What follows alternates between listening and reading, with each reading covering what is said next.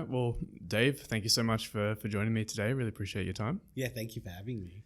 Of course. And you've done a lot of things, Dave. You've built and sold 4 companies. You've had positions at Microsoft, PwC, AWS. You've done a lot of things, but I thought an interesting place to start. I was wondering if you could tell me about the time that you tried to get a photo signed by Steve Ballmer when you were at Microsoft. So that's probably one of my favorite experiences or memories from being in the US. And that photo actually is hanging up in my bedroom. There's 2 photos in my bedroom. There's one of, what we call the baby Ballmer, and the other one's of me and my youngest.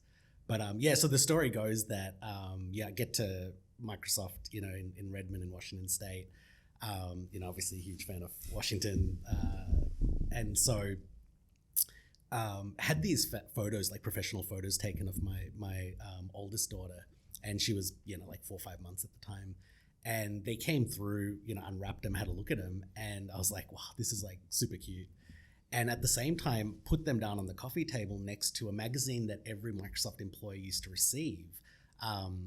It was an internal magazine that was sent out to every employee. And on the cover is Steve Ballmer in some, press photo. And I put the picture of her next to Steve Ballmer, and I'm like, oh my God, she looks just like a baby version of Steve Ballmer. And I was like, she's the baby Ballmer.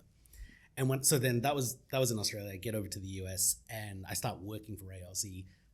And Ray was reporting to Steve, and so Steve would come to our building 109, and he would come kind of look at everything that was happening.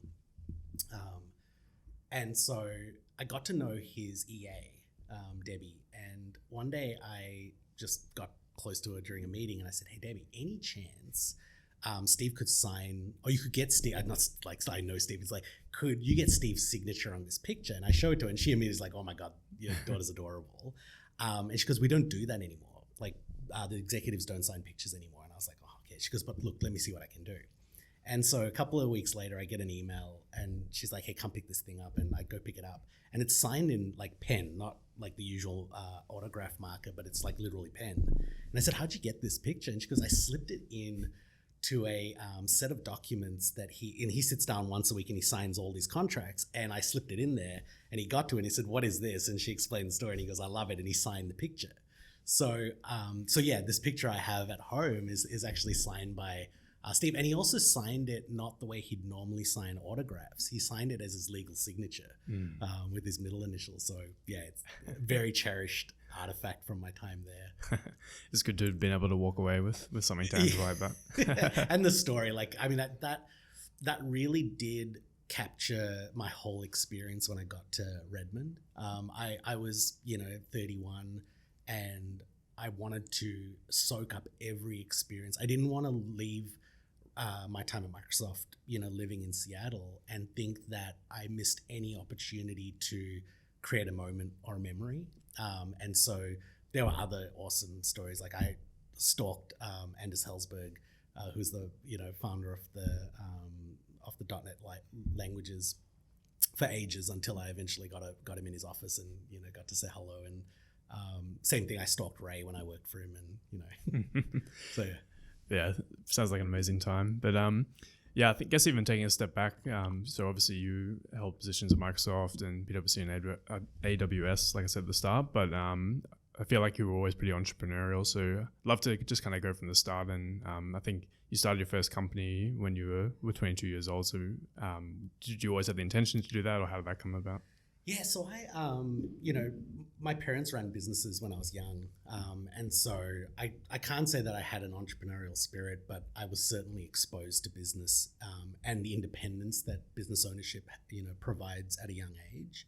But I also saw how grueling it was. There's no backstop, when you're running a business. And I think that's exactly the same for founders. Like, the buck stops with you. Everyone is, you're responsible for everyone, and you're the main one who's accountable. So I think all of those things appeal to me, because for me, I want to die with the biggest data set. I don't want to have a couple of rows that go really long, in terms of experiences. I just want to have a lot of different rows with a lot of data. And so, went through uni, got into industry, really enjoyed industry, but I had an idea for something I thought we should do, and I approached my boss, and he was like, "Hey, that sounds great. Why don't you write a white paper?" And I was like, "Yeah." So I did a Jerry Maguire and wrote this white paper over the weekend, gave it to him, and then a couple of weeks later, popped into his office and was like, "Hey, this guy Jason, my dad is watching, but if he is, and I was like, what did you think of my white paper?" And he was like, "Yeah, it was great." And then I looked on his desk, and it was like under a ton of papers, right? And I was like, "Look, all good, like no harm, no foul. But if you aren't interested in doing anything with it, would you mind if I took it and ran with it?" And so he, off the cuff, he was like, "Sure, go for it." And so I resigned and started my first startup, which was called Wicked Algorithms, and initially started working out of my flat. So I was in a flat in Pran, started working on the product, and then landed my first customer, which was Lockwood Security Products, which was owned by Asa Abloy. And, they were our first customer. They were our best customer across those 3 years. And, built that product and then started selling it literally by myself. I was like, I'm going to build and sell this thing as classic founder-led sales. And, I was 22 in Australia, in 2001 or whatever. You'd pick up the phone and call someone and they would literally tell you to F off. Like there was no charm whatsoever. And, but I was a true believer, right? And I pressed my way into different organizations, started to bring on other really cool people who were young and scrappy. And, we built that business over 3 years. I brought my brother in as the CFO and did great and exited that business. But what I didn't realize was at the time, running a business and hiring all these wonderful people, and we'd play Counter-Strike every Friday, and it was one of the best experiences ever. When someone approaches you to acquire your company, you become hyper focused on the valuation, and you start thinking about what you're going to do with that money. And then the transaction happens, and you go over into the earn-out period, and now you're in someone else's culture, right? And the place you went to work for 3 years, the people you went with, what you did with them is all gone. Like you've sold it, right? And that doesn't settle into you for a couple of months. And so I was also managed out of that, earn-out period within 3 months. So again, very naive, didn't understand contractuals and stuff. And so they were able to like move me out as soon as they had the business and the staff. And, but, during that process, I ended up in Canberra and, reflected on that period and thought, I don't think I want to do another business. I think I want to, and the other thing as well is that I was very conscious that we were operating, the ceiling for us was what we set it as given our capabilities, but we were still a small business, right? We weren't doing a couple of million a year. And I knew that there were organizations that were doing tens of hundreds of, approaching $1 billion, and they must have been doing it differently. So started talking to a bunch of folks at Microsoft and was like, this is the kind of organization I think I could learn, a lot from. So I joined Microsoft in 2005, worked here for 3 years, covering Asia Pacific region. And then an opportunity came up actually the story goes, Microsoft have a conference called Tech Ready, where they bring every employee with the technical designation ends up in Washington State Convention Center, and they do a massive multi-thousand person internal event where all of the engineering teams come and they open the kimono and tell you everything. So I go along to that, and I'm looking at, a couple of months before, my boss had given me the book Showstopper, and I'd read it, and it's the history of how Microsoft built Windows NT and the story of Dave Cutler and, a whole bunch of people. And I was just fascinated by it. Like, these are absolute titans of engineering. And so I grabbed the conference schedule. It's like a multi-day thing. And I noticed that Dave Cutler is giving a talk on cloud operating systems. So this is now circa 2007. And 2006, Amazon launched AWS, and it was the talk of the town, right? So I thought to myself, okay, cloud computing logically makes sense, right? Like I've racked and stacked servers, it sucks, so the idea of like pushing a button seems amazing. And so I went to this talk thinking that it would be like 100 people, like any of the sessions that they're having. there'd be 100, 200 people, and these guys would be up front talking. And I get there, and it's a tiny conference room, and there's like 20 people max. But the thing is, half of those people are the who's who of operating systems, right? They're luminaries. So there's Dave Cutler, there's Chuck Lensmeyer, and Brian Tuttle. And I'm like, okay, I'm just going to sit quietly in the corner and listen. And they go through how they're going to build a cloud computing platform for Microsoft using Hyper-V, which is their hypervisor product. And I go, man, this sounds amazing. They're going to build like data centers and all this kind of stuff.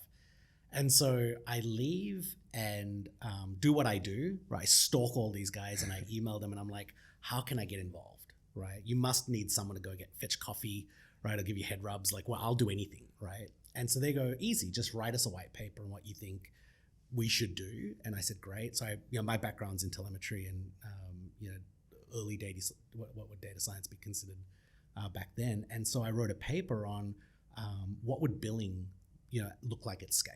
Right, you can't insert the billing software into the operating system. You need to drop through to the hypervisor and meter it there. And so that was my thesis. I was like, let's build it at the metering level in the hypervisor. Sent it off. Got a response back saying, hey, they love it. Would you like to come and interview? So jump on a plane, go interview. Chuck Lensmeyer actually was on my loop, and so. Get back to the hotel. Microsoft in Seattle for engineering roles do what's called an 8x1. So it's 8x1 in the box, and it's 8 interviews, an hour. You get like a toilet break. They call it a bio break. You get a lunch break. That's also an interview. And if you do well, you get to meet the VP. It's called an as appropriate step. So they're not on the interview schedule, but when you get to the end of it, everyone's been submitting their feedback while they've been interviewing you. And then they all look at it and they decide whether you meet the VP. And at that point, you get the job. It's essentially how it works. So I get to the last bit. The last interviewer goes, hey, Amitabh would like to meet with you. I was like, this is awesome. I've got the job. Meet with him. And then he goes, great. We'll get back to you. So I get back to Australia and get an email a couple of days later saying, here's the offer. Accept the offer. And they're like, you start in 3 weeks, like report for duty, building 109 in 3 weeks. And I was like, okay, that must be a mistake. It's not. Microsoft come and they literally like a spaceship suck you up from your house, move everything into a shipping container in days, stage you at a hotel, get you on a plane, fly you to the temporary housing that's right next to campus. And you literally are back on the job within weeks. And that was how it was for me. So, joined the team. It was an amazing experience, working on that product. And what it did was it took my engineering capabilities to a whole different level, and so yeah. Yeah, it's so incredible. It's so interesting as well to hear just the intensity of those interviews as well, and what it takes to kind of get in there. And yeah, I guess your white paper writing skills came in handy in the end from your first thing. But yeah, I guess I've got a few questions on that whole period, because I guess like obviously you started with your own business and sort of grew that up, and I'm just curious as well because like you're very technical obviously, but then obviously you've had a lot of success on the commercial side as well. So has that just always been a kind of like complementary skill set you've had, or did like when you first jumped out to build that first company, how did you think about like the commercial side, not just like building great products, and were you just naturally good at that as well? I mean, so I think, first of all, I've always been good at communicating. I in fact think like that's probably my strongest skill. But I'm insanely curious. Like I need to know how everything works, and I ask a million questions, and much like yourself, I love to ask questions, love to learn. And so I'm an engineer who doesn't necessarily care about the work of engineering if it doesn't mean that someone thinks it's awesome. I've always been customer obsessed in that way. So when I started Wicked Algorithms, and in fact, this is how pretty much all my startups have been, I only wanted to get the customer to go, how do you do that? Like if I can get the customer to say that, then I think I'm building good product. And if the customer's like, I cannot live without this thing you've built for me, then I, again, really am happy that they've got what they want. But what I learned is that all of this stuff is technical, right? Sales is technical. There's a process, there's a methodology, there's a way to execute. There's a playbook that you have to run. And if you have discipline, and that's, if you've got discipline, stamina, passion, perseverance, and you're incredibly detail oriented, then you're going to write great code and you're going to sell really well. And I think the biggest thing I learned was that you have to apply these methodologies with great rigor, because if you don't, the goals are moving constantly.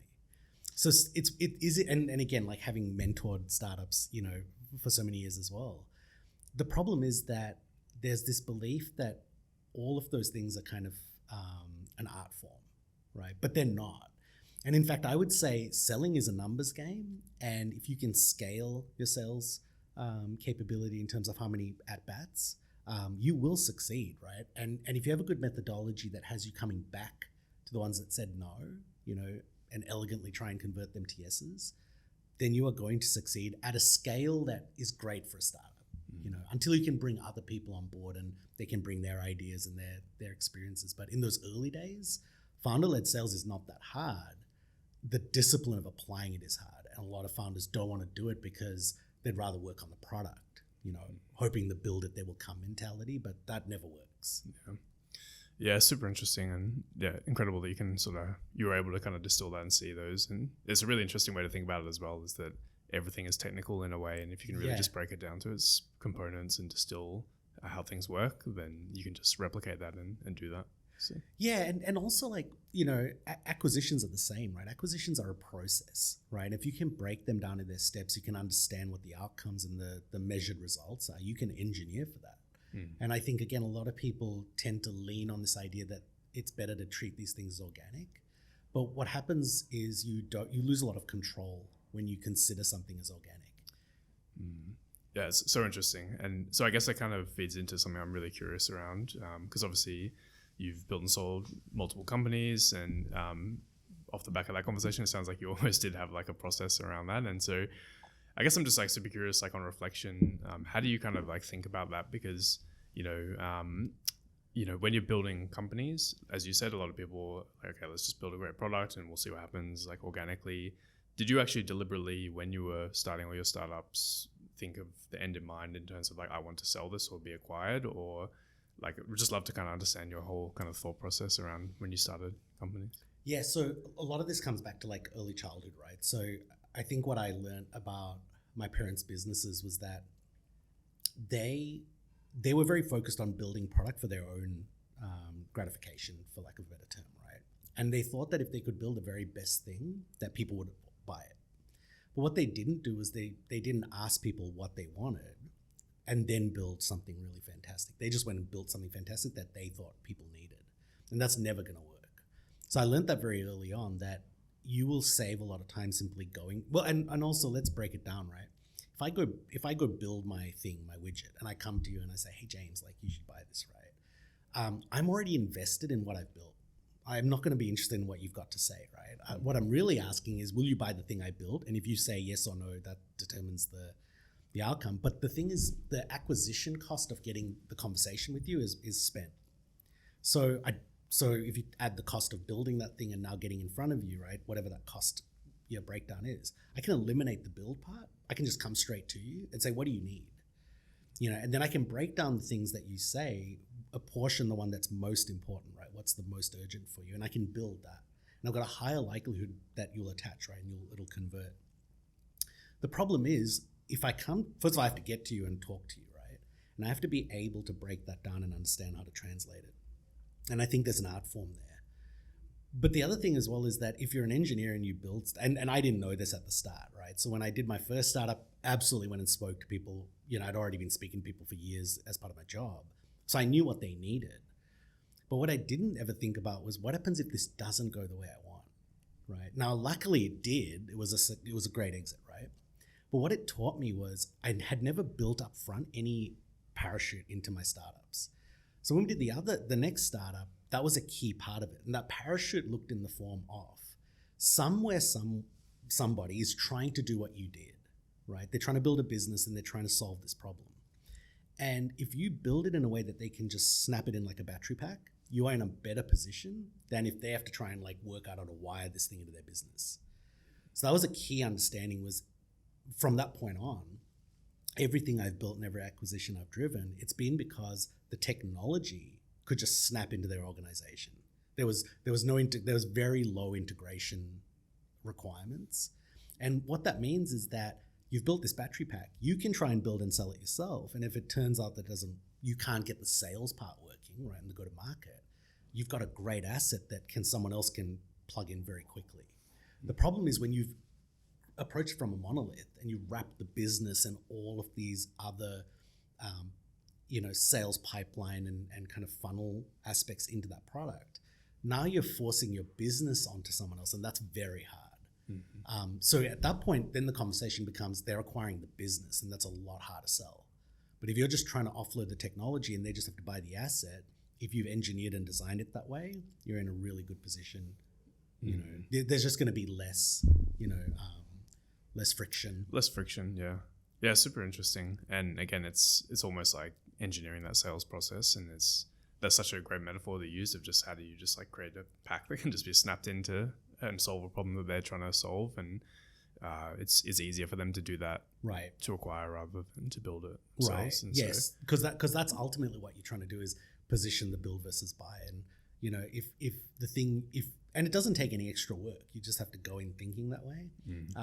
But that also speaks to the due diligence process. Like a lot of teams that I've been involved with during due diligence, and this is when we were acquiring companies at Microsoft, and even when we got acquired by RetailMeNot and we were part of those acquisition teams going forward, people never consider that someone's going to look at your code. So they're just wildly writing code without any standards, without any readability. At that point, it's just like, let's get the business running. And they never consider that another engineer is going to sit there and critique that code, and they're going to critique it at an unreasonable level, And I remember actually in one due diligence being on the sell side where I said, don't hold us to a standard higher than you hold yourself, right? That's not fair, right? If you're going, oh, why didn't you do this? You don't do it yourself. Why would you ask me, right? But you have to anticipate that. So if you open up your code base and it looks like rubbish, don't be surprised if they walk away from the table. But likewise, if you're paying down that cost every month in your startup and you're keeping a fairly high bar, when they start looking at that code and it looks really good, it's going to convey a certain level of confidence and credibility that makes the acquisition more interesting. And you have to think about that. You have to think about that in every aspect of your business. How you kept your books, right? Can you easily produce all your finances? Like, what do your legal contracts look like? Like, all of that will be looked at, right? And you have to anticipate that. So make sure you're putting the work in up front at that time, rather than trying to go back and restate things after the fact. Trust me, when you're in the data room, forget about it. Like, yeah. Yeah, that's so interesting. And you've had a really unique or interesting insight, I guess, on being both sides of the table in different situations. So at Microsoft acquiring, and then also going through the acquisition process with your own startup. So that must have given you a very well-rounded kind of view of like what to do and what not to do, I'd imagine. Yeah, that's great. And so I guess we're sort of jumping around a bit, but I think there's so many different like paths and tangents we could go down along the way. But I guess so. That decision to go to Microsoft that you were sort of talking about before, just really curious about that, because like you said, you kind of felt like you maybe did your own startup initially, and then there was maybe some gaps or something you wanted to fill from working in a place like Microsoft on those sort of large scale engineering teams. So we'd love to just, I guess, understand your thoughts around like for other people, or just how you were thinking about it yourself in terms of like, working or having your own startup at that small scale versus like in a big enterprise, and just what's the balance between the two? Like, is it useful to have experience in both, or just how did you kind of think about that for yourself? So I've never approached any job or business from any other perspective or any entry vector that didn't involve working on something cool. I don't care about making money. I don't care about status. I don't care about optics. I really don't care about any of those things. I want to be closest to the action, and I want to be exposed to things that make me a better engineer. So when I did Wicked Algorithms, that was better than what I was doing before. It put me in a place that I was uncomfortable, and I had to grow and become better. So I wanted that element of risk, delivery risk in there. And when I got to Microsoft, my career was the same. I went towards very difficult problems that I couldn't solve. but I was around people who were capable of solving it, and together we would learn and grow together. And after I was with Windows Azure, I actually stayed within Ray Ozzy's organization and joined Live Labs. And again, very uncomfortable place. We were doing large scale text machine learning, and I had no background in that. And so I had to quickly come up to speed with that and do it at a level that Microsoft expects.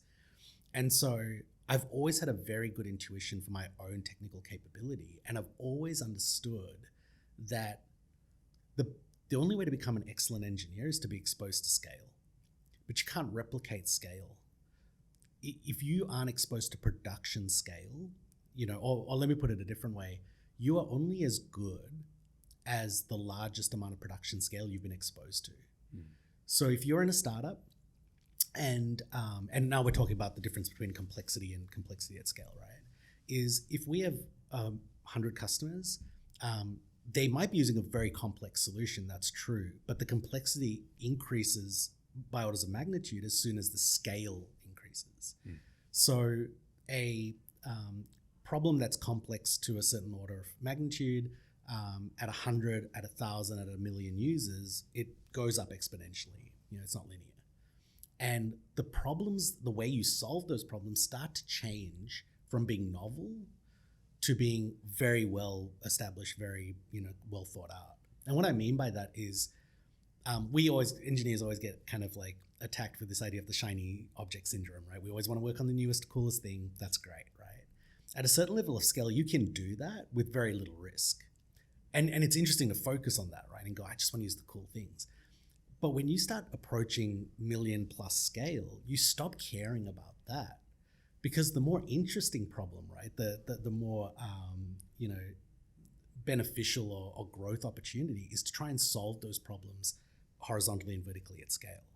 And those are very unique, complex problems to solve. They don't exist in the ether and the public domain. So I always looked at where can I go and expose myself to huge scale, like the scale that only 1 or 2 companies in the world get, and force myself into places where the downside was huge. What was on the line was massive.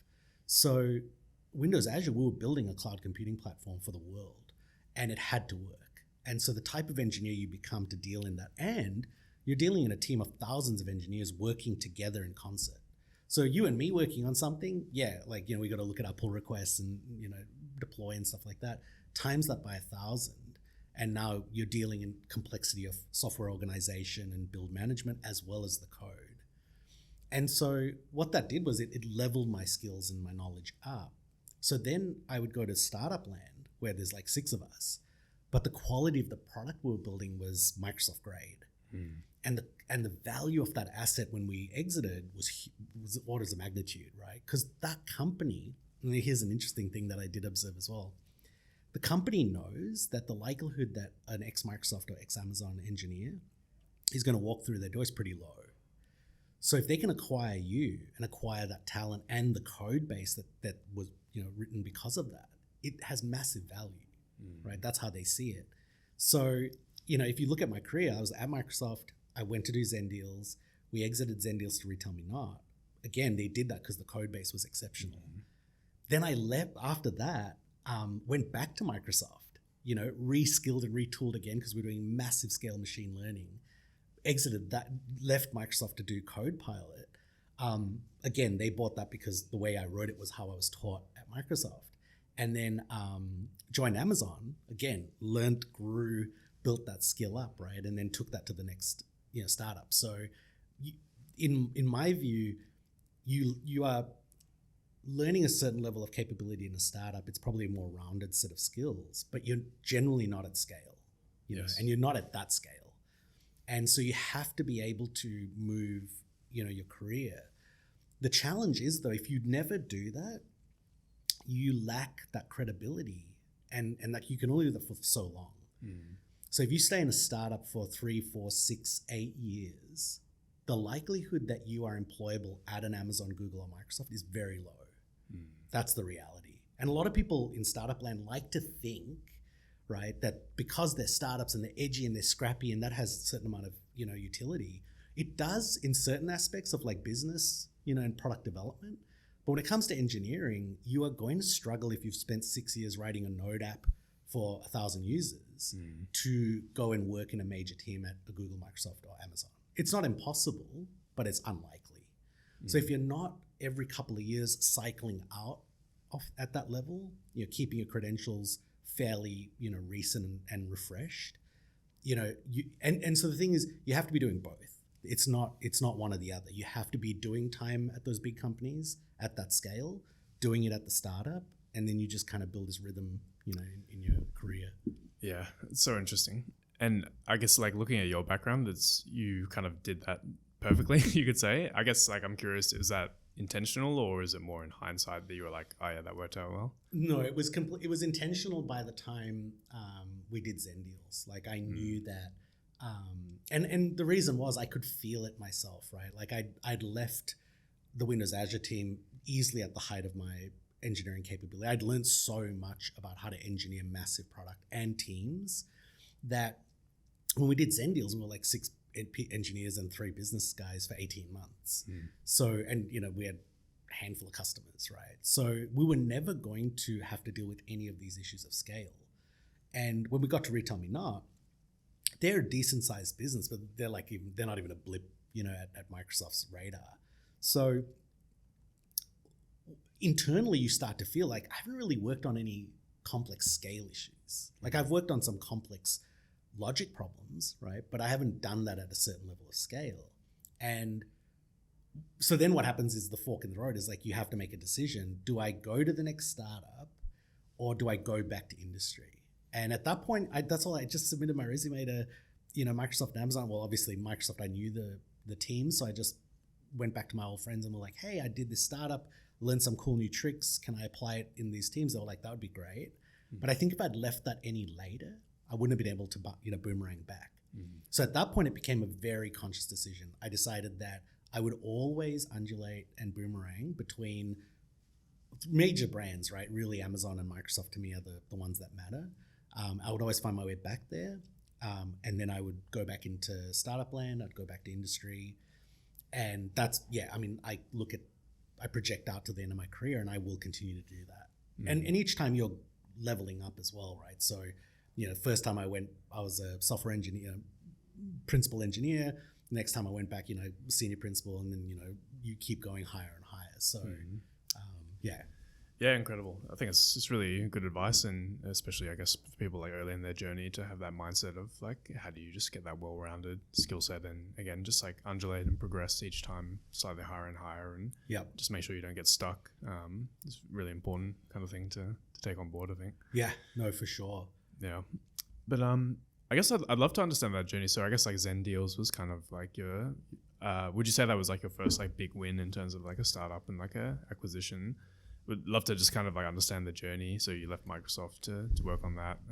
Would love to just hear that. Yeah, I mean, so I was at Microsoft, shipped Windows Azure, and then they split the divisions, and they commercialized Windows Azure, and that went into an organization called Server and Tools. And I did not want to go into that organization. That was very kind of political and kind of what we would consider sustained engineering at that point. There wasn't going to be as much innovation. It was just run the business.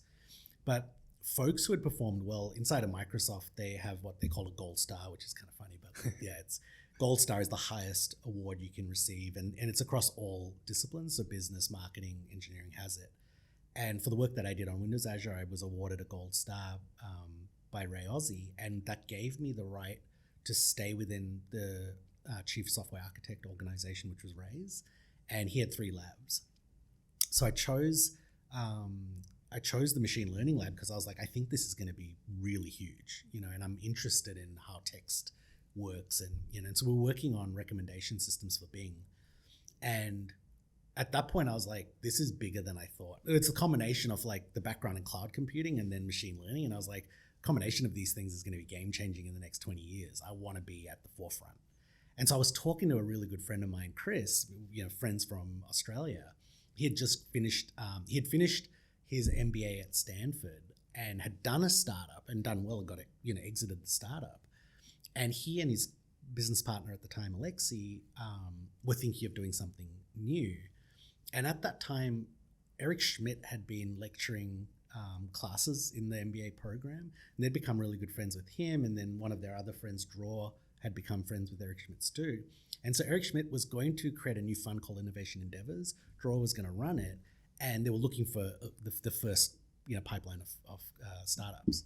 So Chris said to me, and I've been telling you about machine learning and how it can pretty much just do things that humans can do at scale, and it's amazing. And he was like, there's this problem with coupons, right? They don't work.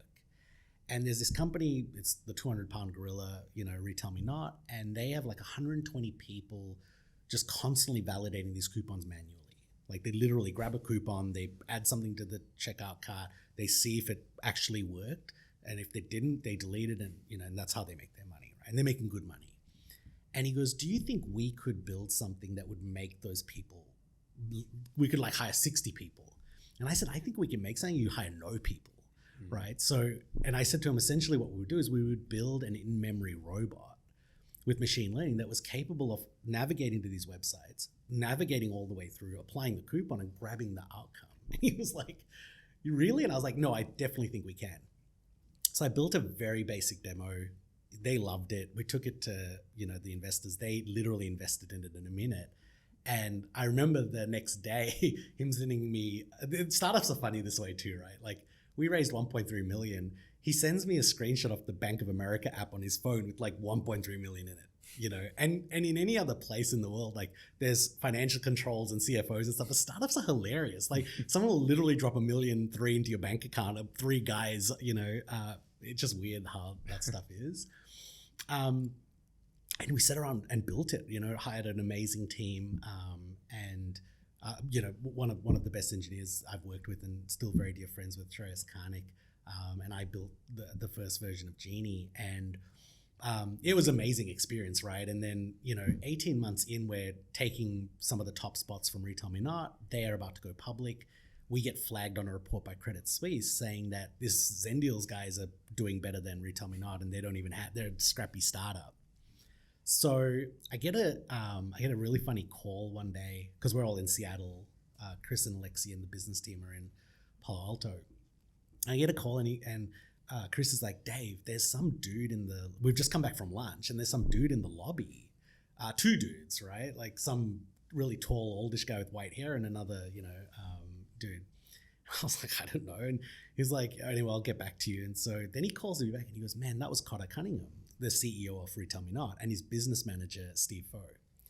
And I was like, what did they want? And he goes, they want to acquire us. And they literally did the Godfather thing where they were like, here's an offer you can't refuse.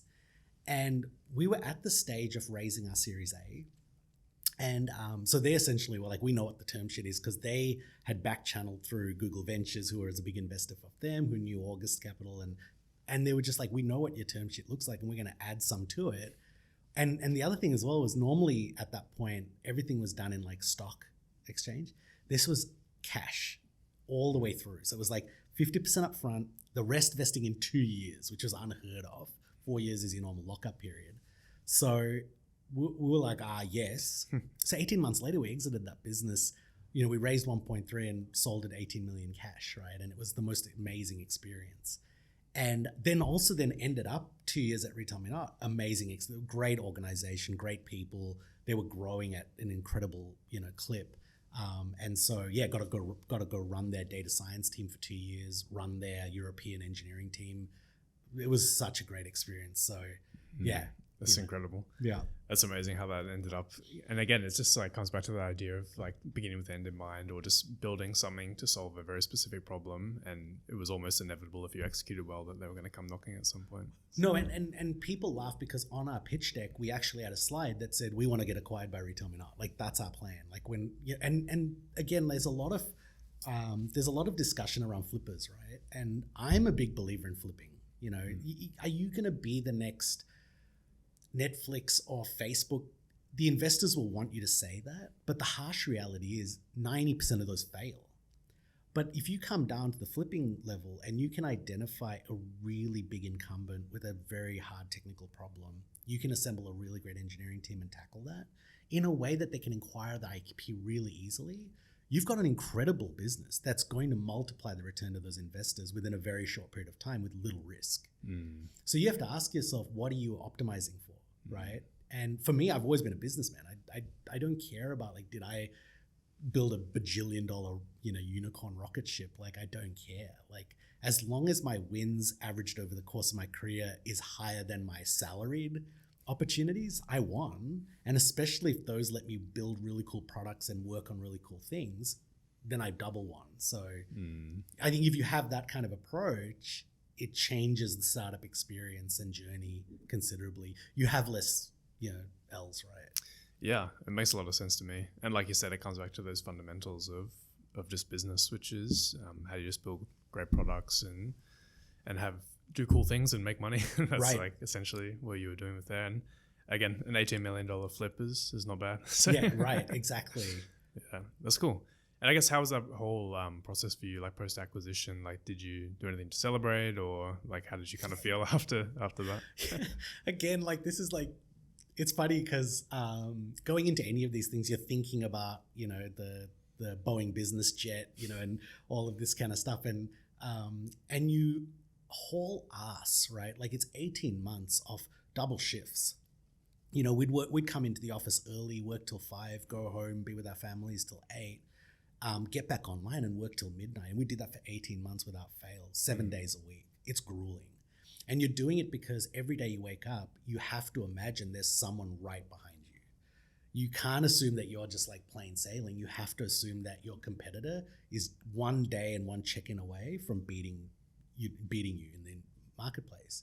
But that's tiring, right? Running away from wolves is exhausting. And the other thing as well is like, again, for a lot of people who've never been through an acquisition, right? This is what happens. So you go through and you sign initially they submit an MOU, right? So you get through all of this kind of like, do you like us or not? Do you think we're cute? And then you go into an MOU, which essentially goes, we'd like to look at your stuff because we are thinking we want to buy you. But there's nothing legally binding about that. And they put a little bit of money forward. It's nominal. And you enter due diligence. So due diligence starts with what's called the data room, which is just a folder on Dropbox or whatever it is.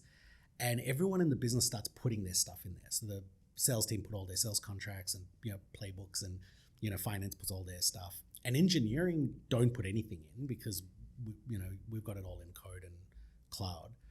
So what happens is they will ask you to prepare technical due diligence, and that is a grueling process. And everything on the line stops. So the engineering line stops and focuses on. So it's very hard for a business when you enter due diligence because your engineering team goes offline fully.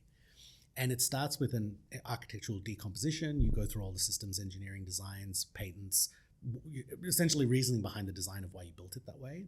Then you go into code review, potentially at the line by line level, right? So it's days of other people looking at your code, going, explain how that works, and then why did you do it that way, right? For days, going into weeks, right? Depending on the level of acquisition. And then they go away, right? And they decide whether they want to acquire you, right? And so the emotional feeling of like not knowing, right? It's very hard to just go back to business as usual, right? But you have to operate like you're not getting acquired, right? So so we did that. We showed all our code, went through, flew to Austin, they came to Seattle. And then we just went back to business, and then they turn around and go, yep, cool, we're good to go, and we want to acquire you.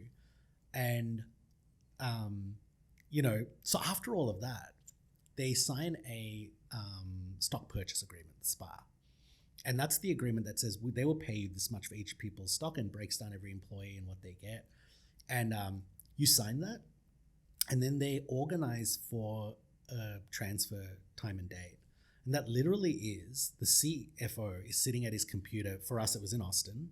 We're all around a table with the phone on speakerphone, and they're like, we're transferring your money, Dave. We're transferring your money, Chris. And you literally have your phone open, and because it's a wire transfer, it's like you've just gone from whatever your savings were to like whatever that 50% up front was.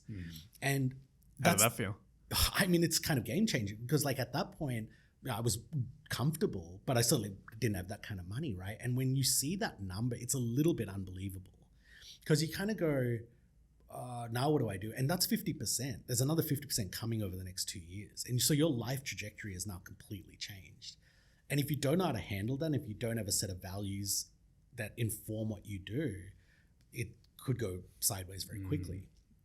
But the whole engineering team was sitting around a coffee table at Top Pot Donuts in Kirkland. Literally, we'd ordered donuts and coffee and were sitting there, all of us who are, shareholders in the business, and watching the money get into our accounts. And it's like, what's funny though as well is like, for anyone who's ever seen any of the Godfather, mafia movies, right? It's like, there's that classic scene when Michael Corleone is like distributing all the checks to all the families when they've, wound down the business. And one guy goes to look at the other guys and he just like hides it away, right? And it's kind of like that, right? Like no one knows what everyone else's stake is and no one knows what their ownership bid is. And so, it's kind of funny. And then that's it. You are owned by someone else owns you. So we literally finished up the coffee and the donuts, and then we were like, I guess we have to go buy some alcohol. And we literally got up, and we'll always travel like a little wolf pack. So we just all got up, walked to the local liquor store right next to us, and said to the guy, we just sold, literally, it's so crude, right? We just sold our startup. What do you think we should buy? And he was like, there's this thing called Brookladdy, which is like this, and he told us the story about it. He's like, you should buy that. And we're like, all right.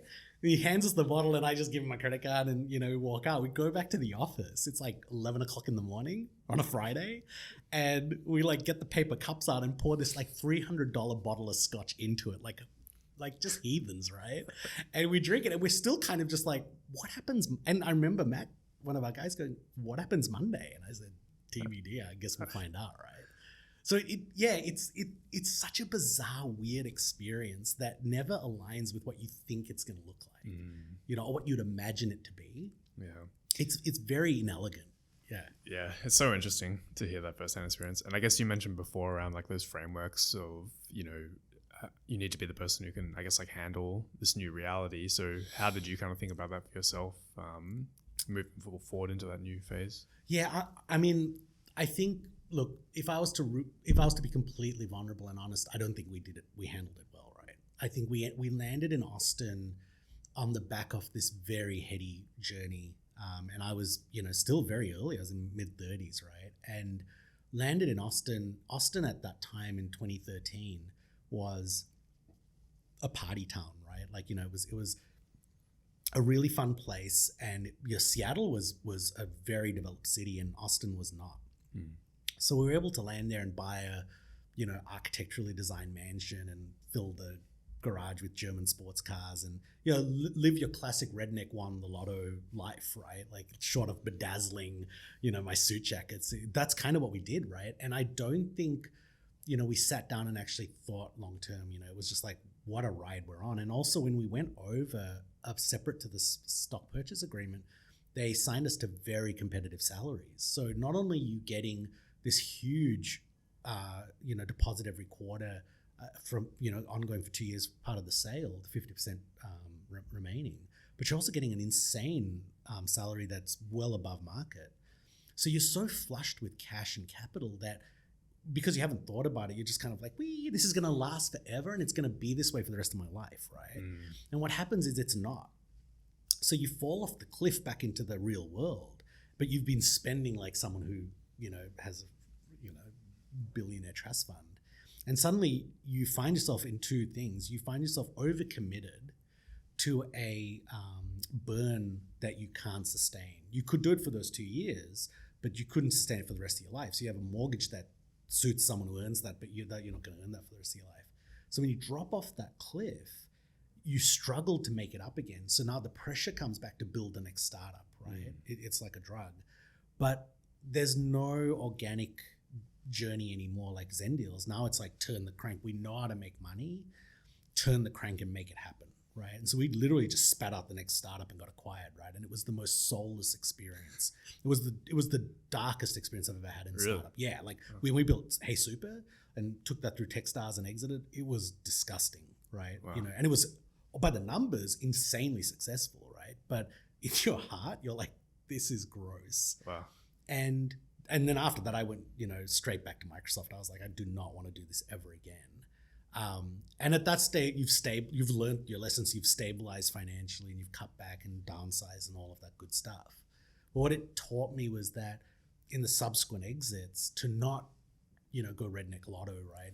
And instead, put those stakes in the freezer, focus on just, a good steady state, and recognize that you're going to have these peaks, but they're for a very short period of time. So don't lift your lifestyle to that level. Keep your lifestyle where it's at, and just bank those for if you decide to do a startup and have to self-fund or something like that, right? Yeah. So that was the lesson learned, and I don't think everyone's like that. I know a lot of people who did big exits who didn't buy big houses and cars and stuff like that, and they just kept living their life, and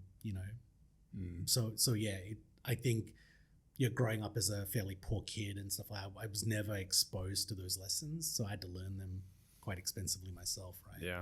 Yeah, it's incredible, and it's so interesting because again, like, I really do believe it. It's like you have to have these frameworks in place of if your life situation in any way, whether it's financially or just some other way, you have to be that person who can actually kind of handle that, or you have to learn quickly, right? Ideally without making a lot of expensive mistakes. And so it's incredible that you kind of went through that journey and were able to kind of develop those frameworks and put them in place. Yeah, and it's also hard because depending on like your circle of influence, you may not have someone who can go, hey, right, like just heads up, right? You've just been acquired, you're about to come into some serious cash, like manage it this way. And so, and also it's weird, right? Because like in those moments, time stands still, but also accelerates at a rapid rate. So not only did I not think about what happens if we get acquired and what will I do with that, new wealth, but the other thing I didn't think about is what am I going to do in the 2 years that I'm at this amazing company, right? So I didn't build great relationships, build a great Rolodex, work with our amazing partners. We had Macy's and Nordstrom and like some amazing brands. I never bothered to explore them. I just was like, I'm gonna rock up and ride my bike in the mornings and hit the gym and just like I'm at Club Med. And then 2 years went and I hadn't done any legwork, and that was a lesson learned. Next time around, it was like whoever acquires you, put in the work to build those great networks, build those great relationships. Use them to grow your, range, of influence and connectivity, so that when you do decide to do your next startup, you can call on those people straight away. They're the pipeline for your next business deal or your next customer. There were personal, missteps and lessons learned, but also professional ones as well. Yeah, so interesting. Do you feel like what your, I guess, most recent startup that you exited, which was CodePilot, do you feel like you kind of learned those lessons and approached that acquisition in a very different way? I mean, absolutely, right? I mean, again, I think the benefit of experience is that you slow things down. You are far more methodical and thoughtful about what happens after the fact. And also you are less gung-ho. Like, one thing that I talk about a lot with acquisitions is you have to remember that most people in the company have come through the front door, right? Through HR. They applied for a job, they got interviewed, someone interviewed them and got invested in them and then hired them, and at their peer level, right? So very little feelings of competition or envy or anything like that. When you're acquired publicly for millions of dollars, you come through what I call the loading dock, right? No one interviewed you, no one got invested. The only people were the executives who bought you, but then after you join, they're not involved at all, right? So now you've got to be in Gen Pop, and you've got to build these relationships with people who go like, I don't like you, right? And you think you're better than me, right? So it doesn't matter how you are, that they're just going to treat you differently. And so if you take that and go, well, fine, right? We're just going to close ranks and be our own little tiger team and leave this next 2 years, it's going to be really lonely. So that was one thing I absolutely learned, is that after that you have to fight really hard and invest in building relationships and punching through those barriers, because if you don't, then that earn out period is going to be miserable, and you won't have any equity with people afterwards. So like you have to go in and call that out and be like, hey, I want to help you and I want to learn what you do, and you have to build those bridges, not expect them to be there. Yeah, super interesting and super useful for any founders who maybe looking to go through an acquisition soon, or they can sort of learn from those lessons that you had as well. So this is amazing, Dave. I think there's so many more things we could go down, so many rabbit holes, but we're sort of coming up on time here. So I might go through a few sort of rapid fire questions, if that's cool. Kind of go through that. So just would love to know, like I read a lot of books, just wondering if you've got like an all-time favorite or just one that really helped you, whether it could be all-time or a more recent one. Just would love to know if you've got any favorite books. I mean, Atomic Habits, right? Like, and I think that's for a lot of people, I just think it's one of the most amazing books. It's also one of the books that was practical and absolutely helped me transform, my day-to-day.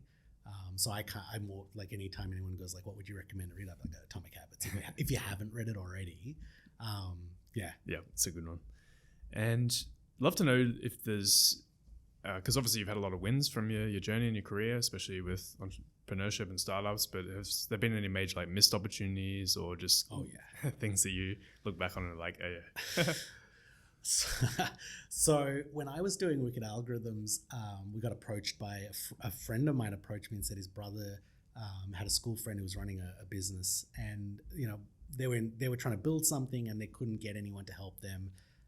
And I sat down with them over a weekend and I said, look, I've got a great engineering team. We could help you build this, but that's not our core focus, right? We build telemetry hardware and they wanted a software product written. And so they said, look, we can scrounge some money together and we can give it to you to like get your team to help us build it.